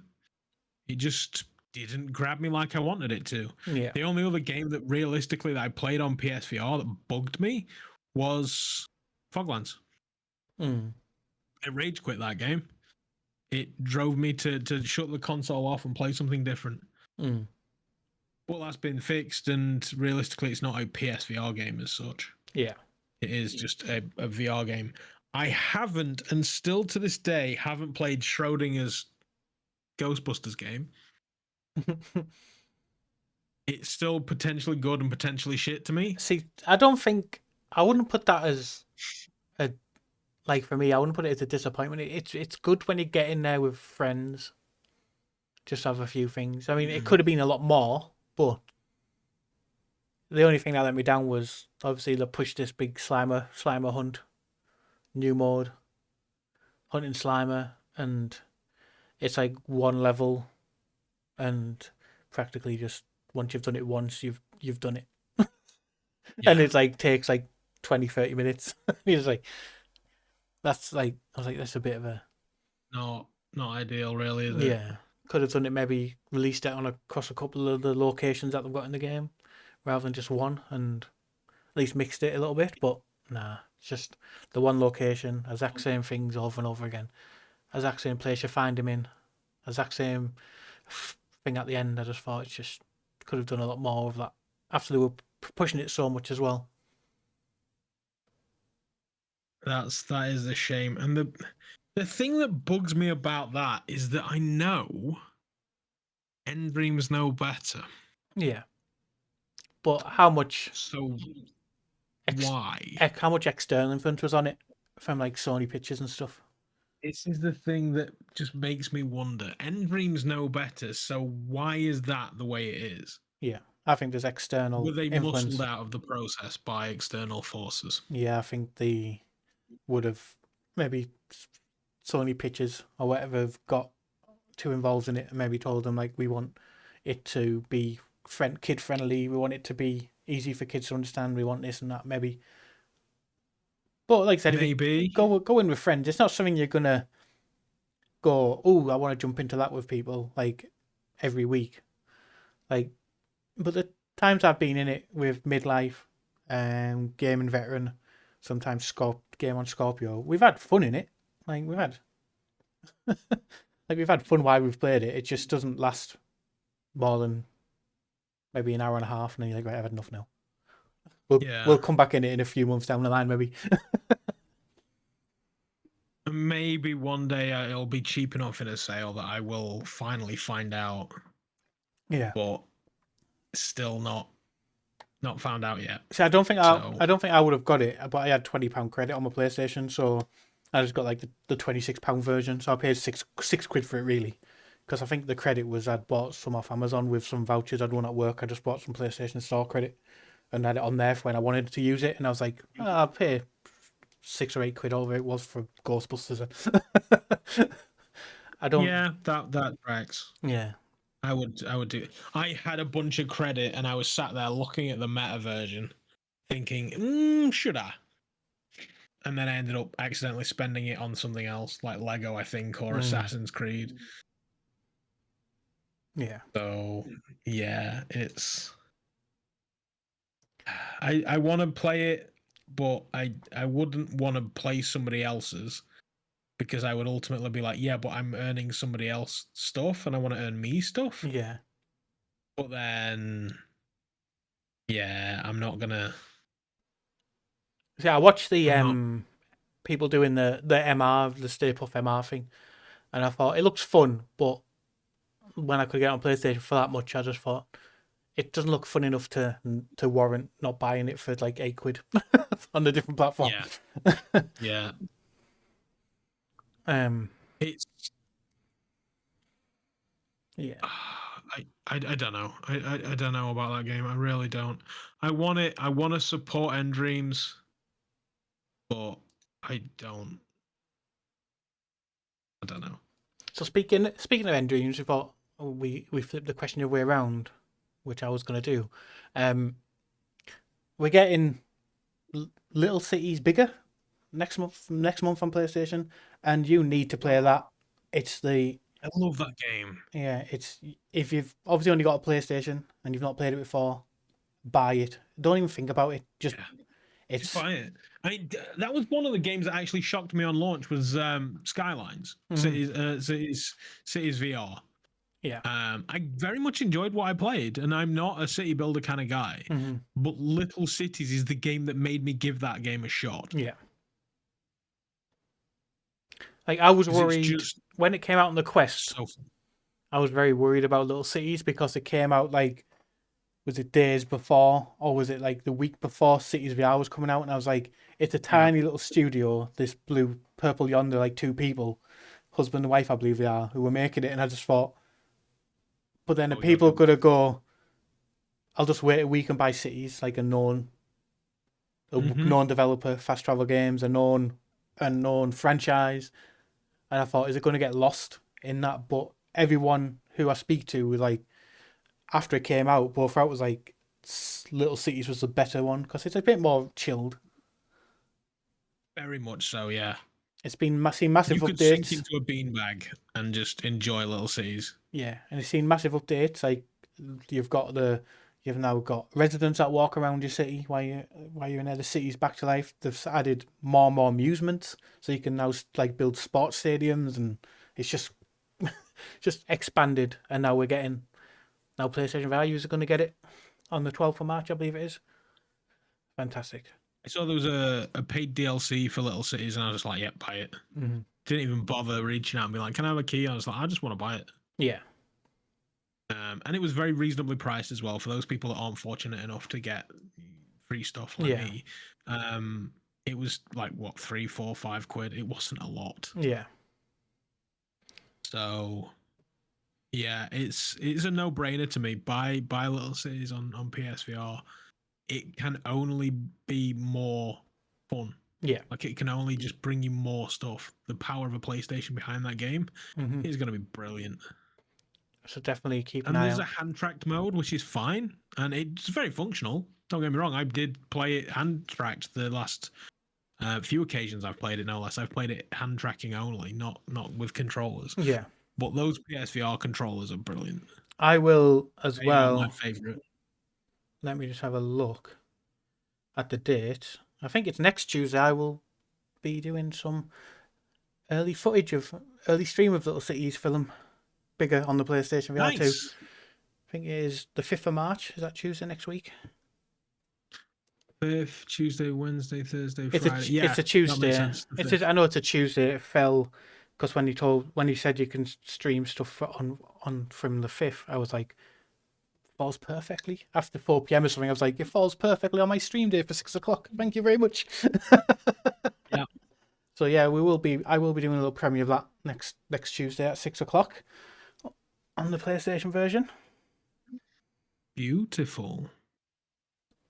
I look forward to that in a big bad way. I dig that game. Yeah. And it's not just about building a city and getting the city up and running. when you're playing it, you are sort of given a task, you build up to that task, and then it's like, brilliant, well done. Right, let's try a different scenario now. Yeah. You don't have to get a city thriving and surviving. It's more goal based. Yeah. Which is one of the things I really loved about it. So you'll get so many residents and be all right, okay, now we need a police station. You'll build that, and then you'll build more, and it'll be like, now you need a fire station, and there might be fires, and you can go and like go in and watch the fire engine outside, putting the building out, the fire out and stuff, and it's very Yeah, I so fun, relaxing. So you could sink into a beanbag and play that game. It's so fun. Yeah. And then to top it off, as I say, it takes all of the stress out of it, because you do the goal and like, okay, yeah, that's fine. Now let's go different island. It's got a different shape of things and a different little roadblock for you to deal with. Yep. This one's got a volcano on it that erupts and burns stuff down. Yep. So make sure you got a good fire station. Like, it's just, it's so much fun. I cannot sing that game's praises enough. Yeah, definitely. Yeah, like I was shocked how good it was. Like I said, I was in the boat of it's going to get lost under Cities VR, and then obviously I got the chance to play that one first through End Dreams, and played it, and I was like, Cities VR is going to have to do something really special to actually beat this. And I'm not saying Cities VR is bad. I've spent many hours in Cities VR as well, on both on the Quest and PlayStation, but it just doesn't grab me as much as Little Cities does. No. I hopefully they do. I've not heard of any plans for a PC VR port. But stay your expectations. It will be that. It will be a port, I think. Yeah. But the fact that it's coming to PlayStation is a good sign. Yeah. Let's flip the question the other way around. From what disappointed you the most, which game has impressed you the most? Ooh. I've got 19 different answers for that. Which one do you want? Number 18. 18. So that would be probably Switchback. Switchback. Yeah. Yeah. So it's right. So here's the problem. Right. Game that surprised me the most was how much I've played Gran Turismo. That definitely surprised me, because I bought Gran Turismo on the PlayStation 4 and was like, okay, finally, I'm going to sit down, bop this in VR, and I'm going to play the campaign of a Gran Turismo, because it's been years since I did that. Mm-hmm. And I did that, and they went, you can do a time trial. It's like, what? Yeah, you can just do one time trial race that's completely pointless. And that's it. And I was gutted. So when I saw that Gran Turismo was going to have VR support, I was like, I'm going to wait until I find out if it's actually truly VR or if it's just going to be a shitty time trial again. And it isn't. It's a full-on VR support. So then I was very, very pleased with Gran Turismo. But then Switchback, I think I'd changed as a human, which is why it surprised me. Because I played the first one, I played Rush of Blood, and I was like, this is crap. This is just a roller coaster. I can do this in my DK2. I don't care. But then I played Switchback, and I was like, okay, yeah, no, I get that this is fun. I see what people were talking about. But I also know my view of it is probably somewhat skewed and biased by my experience with that game. So I don't know, which is why Gran Turismo is the one that comes to mind, but Switchback did definitely surprise me as well. But I think I've been bought. Yeah. with goodwill and great people. Switchback is definitely a good one. Anything... Yeah. Light Brigade, lovely game. Nice. Loved that one. But I think if gun to the head, like without putting any thought into it, I'd say Gran Turismo. Gran Turismo. To be fair, it shocked me when I had to go with when you were here on with your PlayStation as well, and I tried it. I was shocked how good it was because I'm not even like a racer game. Yeah. I'd like You're not a racist. Yeah, you don't like driving games, and Yeah. yet still it's quite accessible. yeah, And one of the things that really shocked me about that one is the gyro steering with the controller yeah, is a very good and serviceable way of playing that game. You don't even need a wheel installed. yeah, You can very much play that and have a great time. yeah. Like I said to you when you were here, I tried it with on yours. It was a case of I would buy it. It's never really gone on to sale. No. But if it went down to half price, I would buy it, and that's saying something because, like I said, I don't play racing games. But the experience I had with yours when you brought your PlayStation and played it here, I was like, I would actually buy that at half price, and I would probably enjoy it, but just not at, Yeah. as a conversation back to earlier, just not at £70 for me. No, it's frequently hovering around 30 odd quid. I think it was about 28 quid recently. Was it? It's on my wish It's list. I've never had any message to say it's been on sale. It's on my wish list as well. No, it's back up to 70 quid now, but it was a lot cheaper recently because I was sat there and I was like, do I buy that so I can get rid of the disc? Mm. It was that cheap to make me contemplate buying it a second time. Mm. So, yeah. It was definitely there. So there's a couple I didn't. that have surprised me. I wouldn't say they were like the best games on there, but surprise wise, Puzzle in Places really shocked me. Like I'd never Why? ever played that on any other system. Okay. Right, that makes sense, yeah. This is my first time seeing it on PlayStation, and just the detail in the models, like that surprised me. It surprised me how long I actually sat and played it for as well. Like I thought when I was playing, I thought it's going to be one where I just probably skip over it and play a bit, and then be like, oh, okay, and then getting control of batteries running out warnings. I was like, wow, I've actually spent this much It's time. been a substantial amount of time. Yeah, and then keep going back to it. Another one that shocked me. Again, it's been out on other platforms. Barbaria really shocked me as well. Mm-hmm. Again, it was the first time Yeah, playing it I on can understand PlayStation. that. I didn't expect that to be as entertaining as it was. I just kept getting suggestions off people that it's like really, really good. I've not gone back to it for a while now. I sort of got to a point where I built my fort a bit, and I'd go in, and it got like maybe two, three times the size of it starts, and then I was just like, I just can't be bothered going in and doing all the people I was coming up against on my thingy now were like way too far ahead of me. Yeah. I was like, oh, like all the online ones because of how much I played it. It's obviously to recommend you higher and higher, and I was just kept getting beaten up too easily. I'm skimming through the library now, and there are so many great, great, great games Yeah, that I just don't understand why people say there are no games for it. like I said, I think a lot of it comes from people who've been involved in VR a lot. So to them, there is no games because they've played them all on other platforms or played a good chunk of them. But like I said, if you're going in, this is your first VR headset. I mean, even if you had the PSVR1 only, you've still got a lot of games on here now, which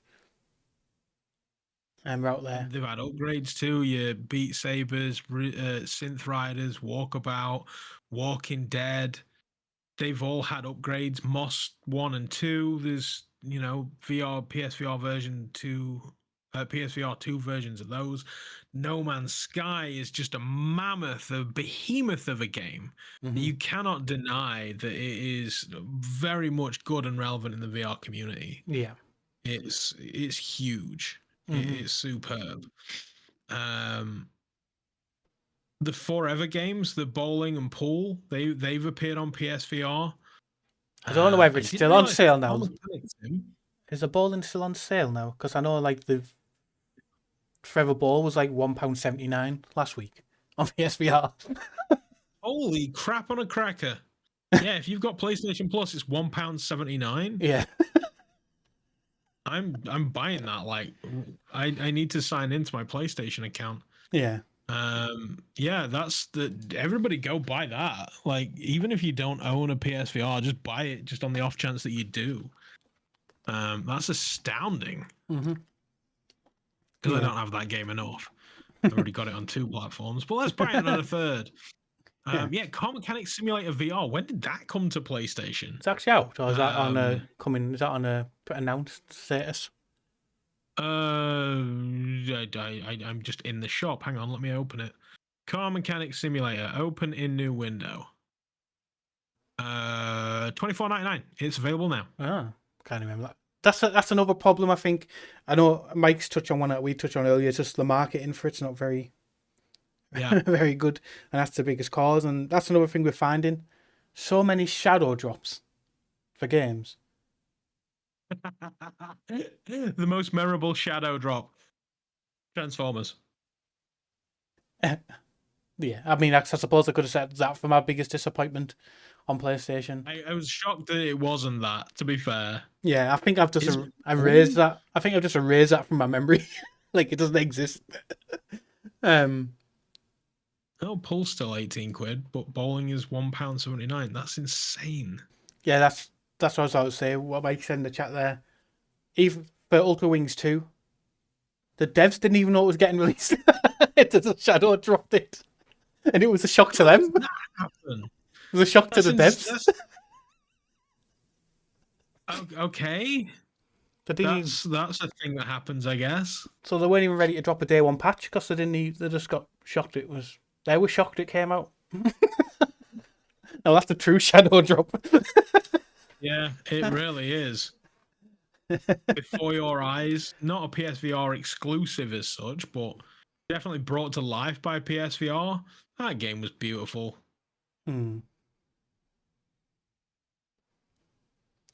But yeah. And then there's a few other games that's just like, why do you even exist? Like Break Stuff VR.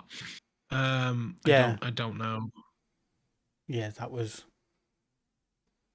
very, very terrible. Another one I could have maybe put for disappointment.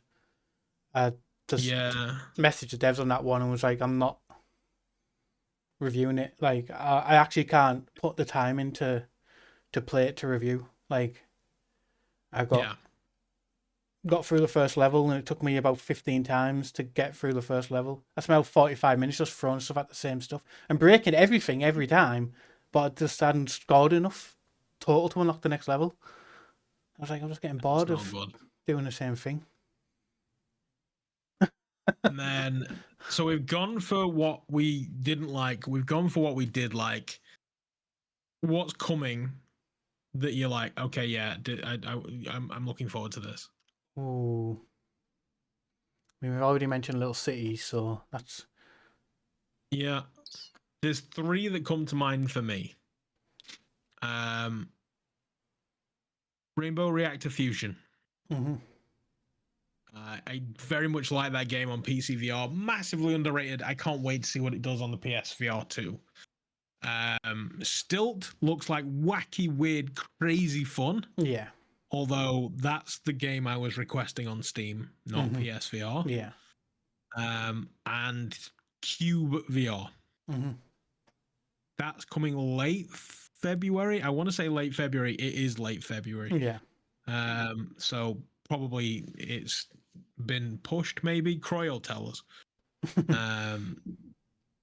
Yeah, very much looking forward to that game. It's now down as March. Stonebrick have got it down as March. Yeah. I want to see what that does on a PlayStation. I think Mike's hit one with Metro. Like, I've really wanted a Metro in VR. Like, I loved all the Metro games. I even forced myself to play the latest Metro. Was Exodus the latest one? can't remember which the latest Metro actual game. I actually don't. Yeah, there's Metro Exodus, Redux, Card. I don't know. I played that. I forced myself to play through a lot of that in VRPEX, so it shows how much patience I wanted, how much I wanted a Metro game. I, I push I've pushed out with VRPEX to try and at least try and get a Metro game in VR. I spent a lot of time trying to get a profile right for that, so it does, and it looks the trailer looked brilliant. Yeah. So Zombie Army. I was really interested in what they do with that. That was announced recently, wasn't it? Yeah. That looks good. Rebellion generally do all right with those games. Yeah. So yeah, I'm looking forward to that. I don't think there's any like weird little indie ones that any sort of big have like tentpole hit my radar. I'm actually looking forward to the latest one by Jeff Minter because I love Polybius. It's just bizarre. What's it called? It's got a weird name, and it won't come in my head a bit. Oh God, what's it called? It's got a really weird name, but it's just a psychedelic. It's gonna play flat screen and VR support, but it's like just an over the top sort of Metroid type shooter. It's weird. But then you like dip down and you can get bugs will get into your core and you need to then fly your ship down into the core and shoot up. No idea. Get rid of all them. God, it's so... I'm going to have to search what it's called. No idea at all. But I love this Polybius game. That was unbelievable. He's classed as a Aka Arf. Aka Arf is what it's called. I think... Is the Australian fans of AC/DC? What? It's being published by Atari, so it's like a proper old Atari game, I think. Okay. That type of style, anyway. I think Mike's hit one there in the chat as well. Mike's shotting all the good ones on there. Update to the Wanderer. Yes. Oh, and they've announced the sequel. Have they? Wanderer 2. Yeah. Yeah, it was weird because the thing is, it made you think that it was just going to be another trailer for Wanderer Fates of Atlantis or whatever it's called. But no, it was literally Wanderer 2. It was the sequel. It's the one that starts with the skull and crossbones, the pirate flag. That's actually the sequel announcement. I didn't click on that because I thought it was just more, and I thought I've played the Wanderer. Yeah. I mean, I will be looking forward to that. It was just more of the remake, but no, that's actually the Wanderer 2 that was announced. Oh, I'll have to go and watch that now. After this. Yes. Go find it and look at it. It looks... I mean, the Wanderer and the PSVR is going to be the place to play that. Hands down. That's where I'm playing it. But the sequel looks just as good. It looks stunning. So I can't wait. We'll definitely have to go. Well, I'll definitely have to check that out. So through the thing, you've had a few questions through the show as well. So we have, yeah. I've been skimming to find them, but if you've got a list, I haven't made a list, but I've got a idea of some of them. Suppose I've got the chat open, so I could just control an F in the chat and look for question because they were all nice enough. So first one, which is not PlayStation VR related, but it relates to what we first discussed. Oh, 13's put them in the chat. The Apple very pricey. Yeah, I think Cole's like predicting well in the future. Apple Vision Pro, how much cheaper? Actually, you never know with Apple. It could be out next year. They seem to release the phones every year, so Apple Vision Pro 2. How much cheaper do you think? How much cheaper will it be for the Apple Vision Pro 2? I don't think it'll get cheaper. No. The iPhones came out at like what, 400-500 quid? Yeah, no, daft? they're thousands. So now they're, I may be looking at buying an iPhone 15 Pro Max, and they're 1,100 quid. Mm-hmm. So I don't know if they're going to get any cheaper. Yeah, they need to, but whether they will is a different thing. But again, these They're not aimed at consumer. They're aimed at enterprise and so. It's well, they're not even they're not even enterprise. What they are is fashion accessories Yeah. for people with disposable income. Which, let's face it, this is probably why they launched in America, because it is a country designed by just short-lived disposable income. Buy it, love it, pose with it, put it away. It's very much a culture of that. Yeah. And so I think that's why they launched in the US as opposed to somewhere in Europe where people are going to be like, I'm not buying that because I don't need to have the, look at me, I'm so wealthy kind of process. Yeah. And question, what was your most recent Take My Money game? That's been announced or that's been released? Yeah, we'll follow that one up. Go on to the next one while we wait for that. Because that would be Metro if it's announced. If the one that's out already, one that was instant buy for me. Oh, that you've bought. PSVR or just any game in general? I was going to say, if any game in general. PSVR. Any. Okay. What game did I instantly buy? It's going to be a puzzle game. Oh, just any. Yeah, just any. Me. Why you think my most recent must take my money VR game was Assassin's Creed. Still, my last one. Yeah, I was torn between Assassin's Creed or Lego. Mm-hmm. I tried that on the Apple Vision Pro, the Builder's Journey or whatever it's called. It was fine. Hard to control. Mine's definitely Assassin's Creed was the last one. But it looked great. Yeah, so that's probably it. Either Lego or Assassin's Creed. They were just instant buys for me. Yeah. Do you think Sony will release the PSVR peripheral this time, like the aim controller, or it won't happen? No, they're not going to do it. At best, Sony will release maybe a piece of plastic that you can clip your controllers to, but I don't think they're in a rush. No. If they were going to do it, they would have done it with Firewall. The floppy, Firewall. If they were going to do it, they would have done it with Firewall. I think the original one was a requirement because it gives you analogs, and also if obviously couldn't be mapped to the move because you can only play it with the thingy or the controller, couldn't you? I don't think you could play it with moves. Yeah. And the thingy was all, even if it had moves, the occlusion for the moves was awful. Like crossing those orbs over was the worst idea ever. I've actually packed it away.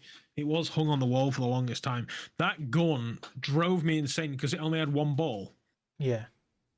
So then it never knew whereabouts the arse of that gun was. So I would be pointing it forward and it would just be wee, as if I was, moving my hand away. And I'm like, what logical person is going to do that? It doesn't make sense. Yeah. So I was constantly doing this like a steering wheel, and then to try and get it to figure out where I was. That drove me insane at times. So it was essential for the game, and still it was. Don't even get me started on my Firewall rant again. We know how that goes. Yeah. Why live the same mistakes, you fucking idiots? Yeah.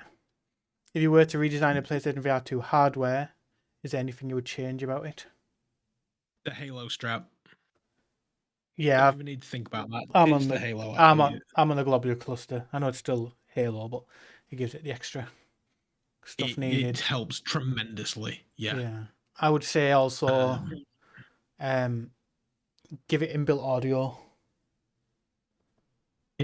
Technically, because the headphones themselves are a bit. Meh. Yeah, I hate those rubber headphones sticking in your ear. So I normally, if I'm streaming, I've got it mirroring my audio to my headphones from the capture card. And you already tried the Bobos. I've got the Sense ones that I use when I'm playing it on my offline. I bought some of the Bobo released basically like off-ear headphones. Yeah. For the PSVR, and I would love to try them. Yeah, I've never tried them. I just use the Sense when I'm not playing. If I'm not streaming it, because I just, like I said, I just mirror the audio from the PC to the through OBS to the headphones. So Mm. if I'm streaming, that's what I do. There's no delay. If I'm Yeah, not, I'm the same. I use the Sense. But I The would have delay liked is to have fairly minimal. some inbuilt audio solution, maybe. That's not the click in the back and shove Probably them, wouldn't use it. put them in your ears. I probably wouldn't use it because I still end up wanting the audio from the PC for chat. So Yeah. I wouldn't use it. Corey, next question. Is Final Fantasy VII Remake streamed by me the same as Final Fantasy Remake integrated? Yes, it is. That's the updated. That's the PS5 version. The remake was just. I know it's working with UEVR, but I don't think I would play a Final Fantasy in UEVR. No? No. I'd be tempted to try it. My view is with that, the visuals make that game, and to get it working with UEVR, I reckon there'd be a lot of potato in to get it to run smooth. Yeah, so on my PC anyway. I know some people have some. I was gonna say some of us own GTX 4090s. Yeah. So I wouldn't. Maybe they will have a better time. Yeah, I'd have to potato with too much to actually enjoy it for what it is. Final I Fantasy. Expect You to Die 3, Mike. I own that game and I haven't played it. Damn it, I really should. I may try and squeeze that in this weekend. Thanks for reminding me. Yeah, I Expect You to Die 3 was fantastic. Another Fisherman's Tale. God, I've got that as well. I've had that from release and I've still not played it. I'm so sorry, Virgo. Yeah, I need to play both of those games. Mike, you're pulling my heartstrings here. Saints and Sinners, I've never played either of them like properly. I've played the first 20 minutes of the first one a bunch, and then that's it. I've never sat down and played those games. Yeah, for me, Saints and Sinners 2 could have been a DLC. I know it's still a big game, and it was like 12 hours odd long, but it was just like you were just playing the same thing, just with a different storyline. It's like it didn't seem to bring anything new. So to me, it felt like a DLC over a full game. Oh, will Lo-Fi ever release on PSVR2? I threw money at the prick for fucking Kickstarter to get it on the PSVR2, so it should do. I think Mike's hit the thing, will it ever release, period. I think that's the best question. So, yeah, I don't know. I think, thanks for the lovely DPVR peoples, I have both Saints and Sinners games. Oh, lovely. That's nice of them. Still doing questions. Are themed mugs still something people buy? Not me, because I don't drink hot drinks, but ask German Rifter. Mm-hmm. Yep. But yeah. Right, I think that's brought us to the end. Yeah. So let's just end it with PlayStation VR 2, year one. To me, it's not a fail. No, it's a lovely, lovely headset. If you own a PS5 and you're sat there with 500 quid and you're thinking Quest or PlayStation, you wouldn't go far wrong with a PlayStation. No. At all. Quest does some lovely things and a lot of other things the PSVR won't. Don't get me wrong, but you wouldn't go too far wrong if you bought the PSVR. No. You have a great experience. Yep. There's plenty of things available on there to buy. Yeah. So I think that's a good place to end it. Oh, you're going to hear someone's audio. Thanks for the chat, pal. I very much appreciate it. Very much. So yeah, that's his popping by. Episode 26. I don't know why I said that. 6. I don't know why I said it. That was because my mind. So 26. Yeah. That's why my mind went blank. Thank you for everyone who's dropped by. Thank you for everyone who's raised the questions. Yeah, and we'll see you next month. We will. The last Tuesday of every month. You will find us here at the VR Realm. Yep. You can find Dr. Oculus and all of his lovely things below. He will be ask us questions. He'll be live tomorrow. It's Wednesday tomorrow. Yep. Yep. Dr. Oculus VR. Once again, thank you to our lovely Canadian viewers. Yep. We appreciate you. Yeah, we appreciate it all. Canada seem to like it on Apple Podcasts. You're all lovely people out there because you listen to us. But yeah, thank you everyone, and next month we will have a guest next month. Oh, I'm looking forward to that It'll in a fe- big bad way. It'll obviously be announced over on the VRverse Twitter, which I never advertise. It will be announced over there, obviously, who it's going to be beforehand. So, Yeah. yeah, we will have our first guest of the year next month. So, that will be the last Tuesday on the 26th, the day before my birthday, the day before I turn level 39. Wow. You child. I know.